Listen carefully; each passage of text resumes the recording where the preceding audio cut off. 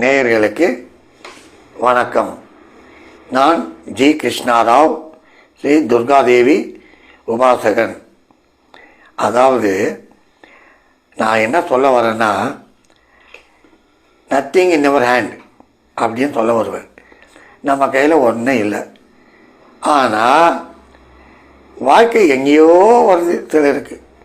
ஆமாம், எப்படி அப்படின்னு பார்த்தா, அதாவது சாதாரணமாக பாட்டிலேயே, பக்தி பாடல்களிலேயே தமிழ்நாட்டை, உலகத்தில் இருக்கும் தமிழர்களை கட்டி போட்டவங்க கேபி சுந்தராம்பாள் அவர்கள்.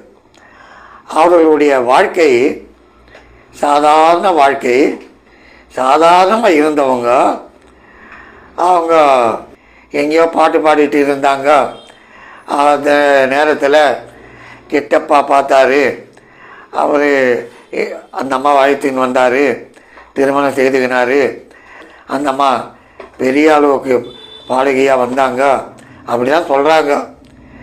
அது சரியாக தெரியல எனக்கு, கேள்விப்பட்டது தான், படித்தது தான். அதே நேரத்தில் ஏன் சொல்ல வரேன்னா, கடவுள் அம்பாள் அனுகிரகம் எங்கேயோ இழுத்துட்டு போவோம்.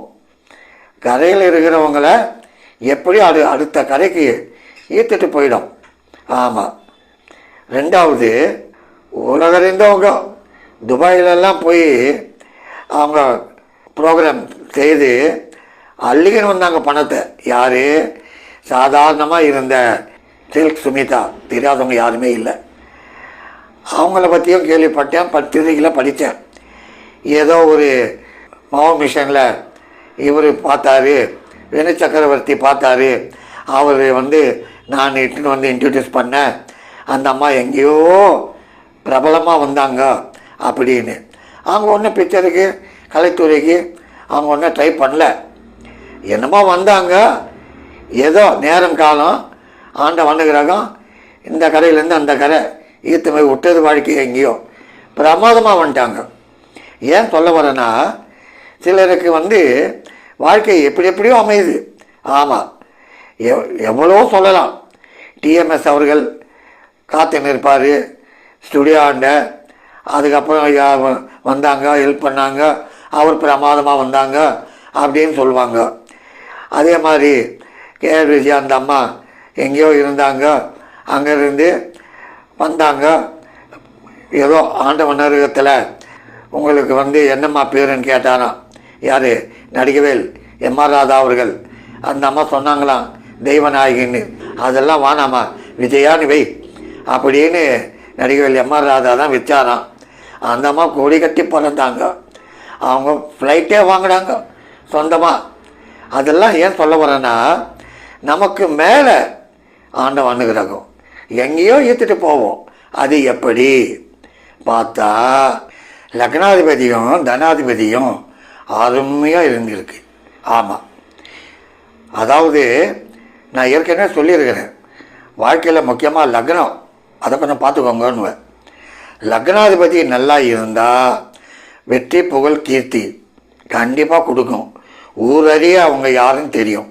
ஆமாம், அந்த லக்னாதிபதி சரியில்லைன்னா, லக்னம் கெட்டு இருந்தால் அந்த அளவுக்கு பிரபலமாக வர முடியாது. அதே நேரத்தில் பிரபலமாக வந்தாலும் பரவாயில்ல. அதாவது எங்கள் வீட்டுக்கார் கச்சேரி போனார், தேங்காய் முடியத்துன்னு வந்தார், அது ஒன்றும் பெரிய விஷயம் இல்லை. தனாதிபதி நல்லா இருக்கணும் கூடவே. லக்னாதிபதியும் தனாதிபதியும் ரெண்டு கூடியவனும் அருமையாக இருந்தால் பெருத்த புகழ், கீர்த்தி, பேரு, பொருள், கை நிறைய காசு, அமக்கலமான வீடு, பங்களா, காரு எல்லாம் தேடி வரும். ஆமாம், அந்த லக்னமும் ரெண்டும் ஜாதகத்தில் நல்லா இருக்கணும். ரெண்டும் சரியில்லை, லக்னம் மட்டும் இருந்தால் பத்தாது. பாரதியார் பேரு, புகழ் இருந்தது, கை நிறைய சம்பாதிச்சாரா, பணம் இருந்ததா போவோம் இல்லை. ஏன்? தனாதிபதி சரியில்லை, தனஸ்தானம் சரியில்லை. அதுக்கு தான் சொல்லுவேன், உங்கள் ஜாதகத்தை பாருங்க. உங்கள் ஜாதகத்தில் முதல்ல லக்னத்தை பார்த்துடுங்க. லக்னம் நல்லா இருந்தால் உங்களுக்கு நல்ல வாழ்க்கை கேரண்டியாக சொல்லலாம். அடுத்து தனம் 2 பாருங்க, தனஸ்தானத்தை. அந்த தனஸ்தானத்தில் 6, 8, 12 கூடியவன் இருந்தால் ஏதோ போனோம், சம்பாதிச்சோம், சாப்பிட்டோம், காலத்தை கழிச்சோம். இதுதான் தனஸ்தானத்தில் லக்னாதிபதியோ 5 கூடியவனோ 9 கூடியவனோ லாபாதிபதி 11 கூடியவனோ இருந்தால் மண்ணை தொட்டாலும் பொன்னாகும். அவனுடைய வாழ்க்கையில் பெருத்த புகழ் கீர்த்தி வந்தே தீரும். இது கேரண்டியாக என்னுடைய அனுபவத்தில் நான் பார்த்தது. முக்கியமாக 6, 8, 12 கூடியவன் இங்கெல்லாம் இருக்கக்கூடாது. இதில் லக்னத்திலேயோ 2லேயோ இருக்கக்கூடாது. அடுத்து குரு பார்த்தாலும் பெருத்த யோகம். அதுக்கு தான் சொல்ல வருவேன். சும்மா ஜாதகத்தை தூக்கின்னு நான் இதாவனா நான் அதாவனான்னு சொல்லாதீங்க. இப்போ யூடியூப் திறந்தாலே எவ்வளவோ ஜோதிடர்கள் பல விஷயத்த சொல்கிறாங்க. அதெல்லாம் பாருங்கள், தப்பு இல்லை. ஆமாம், அதாவது experiences is better than engineer சொல்லுவாங்க. அதே நேரம் ஏன் சொல்ல வரேன்னா, நீ என்னதான் படித்து இன்றைக்கி விஞ்ஞானம் எவ்வளவோ டாப் தலையே நின்னாலும் தஞ்சாவூர் கோயிலை கட்ட முடியாது.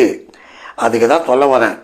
நீங்களே உங்கள் ஜாதகத்தை ப்ராக்டிஸ் பண்ணுங்க, ஐயா உங்கள் வாழ்க்கையை நிர்ணயித்து கொள்ளலாம்.